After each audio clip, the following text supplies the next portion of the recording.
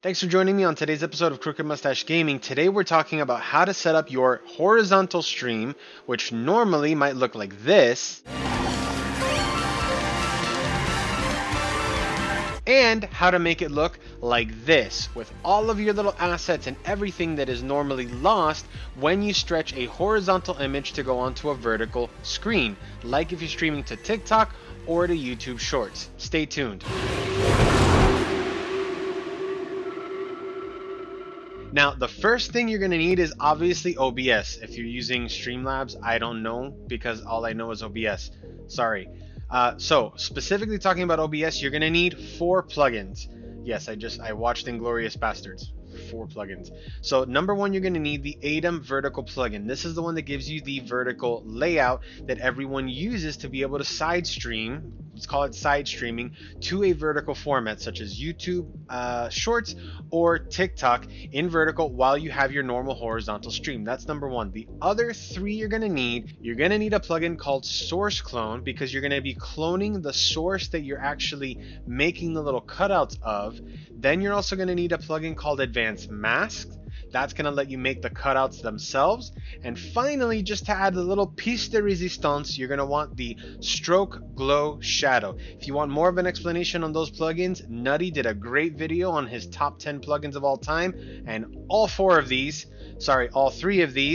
are on it. Aitum isn't on it because he says he forgot. So go watch that video if you want to see the best plugins to download for OBS. Definitely worth a watch.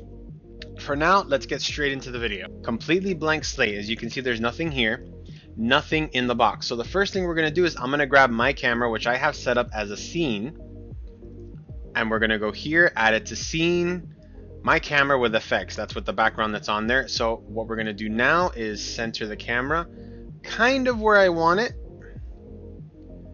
So I kind of want myself there, kind of in the upper third for now. I'll probably adjust it a little bit. The next thing we're going to want is we obviously want the gameplay, which now is going to be over there. So we want the gameplay. So what we're going to do is come here, and right now I have the gameplay as a media source, but you would do everything assigning it to the game. And actually I'll show you guys how you can transition that over too. So I have it assigned as media source. And again, we're going to come here and we're going to center the game. And I'm going to make it a little bit larger, kind of get it where I want it to be. Okay, now you can see that now, because of the way the game is laid out, there's nothing on screen other than Luigi and the cart. There's no information to tell you what lap it is, what items I have, what place I'm in, nothing. Now here's where we fix that. We're going to come in here and we're going to go to Source Clone. New. Now every time you make a source clone, it's going to give it the name. You can change it afterwards. So right now what we're going to do is we're going to select media source. That's the one. We don't want any audio. Now it produces a second image, as you can see right there. Now the first thing we're going to work on is right here. We're going to want the place. So with that put there, okay, first let's change this so that we can keep track. We're going to change this name to place holder. Okay, so now we're going to come here, we're going to go to filters, and we're going to use the advanced mask filter. Place. Alright, now as you can see, it produces a little square. That's because of the current setup. If you come here to shapes, you have rectangle, circle, ellipse, but for right now we're going to focus on the circle. So what we're going to do is we're going to take the circle and we're going to use the X and Y sliders to get it more or less centered over the one down here. And you can see that over here it's kind of in the center. Now we're going to slowly reduce the radius to make it smaller. If I can actually hold the... Okay, and you can see that's not quite centered. And you can even use the wheel on your mouse to make smaller adjustments, as I'm doing here. We can even adjust the zoom because we don't want our circle to be too close to the edge. We can actually zoom it out a little bit, make the circle smaller. Now we've got that one done. So now we have our placeholder is on a separate cutout. So now all we have to do is kind of move it over. Now I'm going to use the Alt crop key to get this out of the way because I want this as small as possible so that I have it, it's easier to access. And then I'm going to make obviously the placeholder a little bit larger, and we can put it right there. That's our placeholder. The next one we're going to do, we're going to copy the same thing, and it's going to be a repetitive process, especially since we're using circles for this one. We're going to do the same thing. We're going to add source clone, new, and this one is going to be the same thing. We're copying the same media source. You have to copy the original media source that is untouched and then add filters to that. If I were to copy the media source that we already have set up as the placeholder, it would try to add filters on top of that, and it's not going to work. So we have to use the original one. So again, we have the full screen there. We're going to come here and name it so that we can keep track of it. This one is going to be for items, item box 1. It's box, but we're going to make it a circle. So as you can see, it actually popped up there. So what we're going to do is the same thing. Come here, filters, and actually you can kind of cheat, because what you can do is you can go to the placeholder, go to filters, copy the actual filter, and then up here go to item box, go to its filters. It'll pull up the same filter page, but the filters aren't there.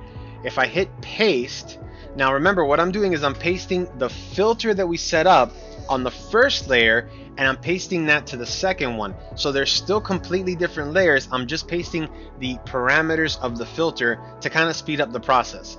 But we're still going to have to do the same thing. We've already got our circle roughly the size we want. So we're going to use the X and Y sliders to move it over. And you can see that it's there. And then we're going to use the Y slider to move up. And we've actually overshot it. Nope, there it is.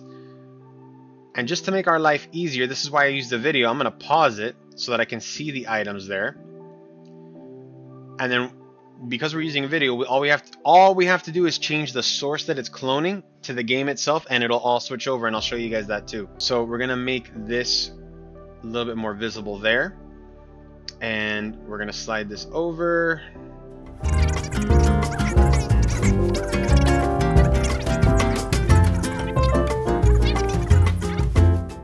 And then we'll put this, I want this here, so it's gonna be kind of half on me, half on the game. That's so that more of the game is visible. But remember, we're gonna put the second one here, and that's where this is gonna come in. We're gonna do again another source clone. Take out the audio. We don't want to continue to add audio channels. Let's rename this one so that we know exactly what we're doing. Item box 2.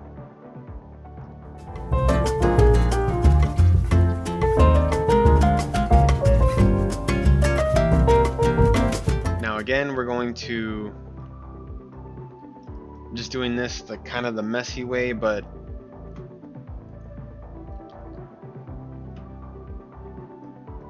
always have to remember you got to let go of the key. And there you go. So now we've got our items. Now the next thing we want is the lap counter. So the lap counter I'm going to do, since it's not going to be a round circle, since it's not going to be a circle, I'm going to do that one from scratch. So we're going to come here one more time, source clone, new, again, media, audio. We're going to uncheck that, and we're going to come and rename it so we can keep track of all of our filters and our layers. Lap counter and coins. If you can tell that I'm not a good counter. There we go. Okay, lap counter and coins. Now we're gonna do this one from scratch, and we're gonna add an advanced mask. Now this one is this one's different because we want this information. Let me put it up here so you guys can see it on screen. Because we want that information, we need a rectangle. This one, we're gonna come this way. We're gonna go down. Now we want to start shrinking this one because you're doing a rectangle. This one doesn't have a radius. It's got a separate height and width. And then we want to, if you can remember the X and Y directions, this is a lot easier. And we want to move on X, narrow the width. This is where using the web wheel definitely helps me. Bring in the height just a tiny bit. And then now here's the cool feature. I'm going to make it larger so you guys can see it before I go any further. And this is the cool thing, is that as I still have this window open, I'm able to manipulate everything on the actual canvas itself. So I can make this larger so that we can actually see it as we're working on it. So as you guys can see there, it's kind of like a, you know, it's just a cutout. So to make it look a little bit nicer, we have corner radiuses. Now the cool part with this is that you can do all 4 independently. You can do all 4 separate corners differently. So you can do different radiuses on each corner, depending on how you want to do it. I like the uniform look. So I'm just gonna uniform the corners a tiny bit, and then just, let's make that a little, whoa, too much. All right, so now we've got our lap counter. We're gonna shrink this to fit, and that can go right there. And if you want, if you're gonna be a real stickler about like the fact that things might show up, because they will, if there's nothing on screen, you can even move everything down so that it all shows up on the game. Now it would be fine if you're here. This is golden for most people. If you want to take it just a tiny step further, you can actually start on the first filter, the first one that you did. We're going to come here to filters, and you're going to do the same filter to all of them. It's amazing what small touches add to like the depth of what something appears as. So we're going to use the shadow filter. I'm going to leave it named as shadow. Be sure to change the blur type from triangular to dual Kawase. Nutty said to do it, so I do it, and I verified exactly what he said. It uses way less power on your GPU. So what we're going to do here, if you see down here in the corner, it's offset. I like to put the shadow distance to 0, which makes it very uniform, and then I just play with the size and the intensity, just to give myself a nice little ring around the so you can go a little bit bigger. And then the cool part is that once you've got it, you can copy it and just basically apply it to each layer so that you guys can see as we're going here. This one is to the first item box. I'm gonna paste it there, and boom, it's there. No other work need to be done. Full-blown Yoda moment at that point. And there we go. Here's this. This is to item box number 2. It's a very subtle change, but you'll see it here. Paste, boom. Gives it a little bit of shadow, a little bit of depth, and then we do the same thing to the counter and the coins. Paste, boom. That little bit of touch just makes it look a little bit more in depth. This is how you would set it up using only OBS tools. This is a quite long video. We went from doing it this way, as you guys can see here all around me, or this hand, there you go, to this way, and now any of my viewers know what position I'm in, what items I've got, where I am on the track, how many coins I've got, and you can repeat this on any game. I did say that I was going to show you guys how to change this over to the game itself, since right now we have a video playing. So let me queue up Mario Kart here, and the cool part is that your original media source doesn't have to be centered. That's the cool part. So here you go. Media source is off. I'm going to put switch below it. So you guys will notice that the items aren't in the same place. Let me go get something so you guys can see what position I'm in. Okay, so there I'm in a position and I've got an item. All we got to do is come to this, go to properties, and we change this media source or whatever your capture is for your switch. So this is probably going to be faster. 12th place. Hit OK. Item box number 1, properties. Switch. There we go. Or that was item box number 2, I'm sorry. Item box number 1. Switch. It goes to Boo. And then we go to lap counter. Switch. Boom. There you go. So you can see that you can use a preset video that was captured of the screen. That helped me get everything set up.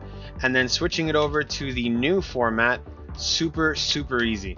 So there you go, guys, how to convert your horizontal stream into a vertical stream and keep all of your important, let's call it assets, on screen so that your viewers can actually watch it. If you guys like this video, give it a thumbs up, subscribe, and don't forget to hit the notification bell so you don't miss any of our upcoming future videos. Let me know what else you guys would like me to cover. This is something I learned, and I think it's really important for a lot of us trying to stream in vertical format who are used to horizontal format and want to get everything on the screen that we absolutely need. With that said, thank you guys so much for watching, and we'll see you next time. Dale!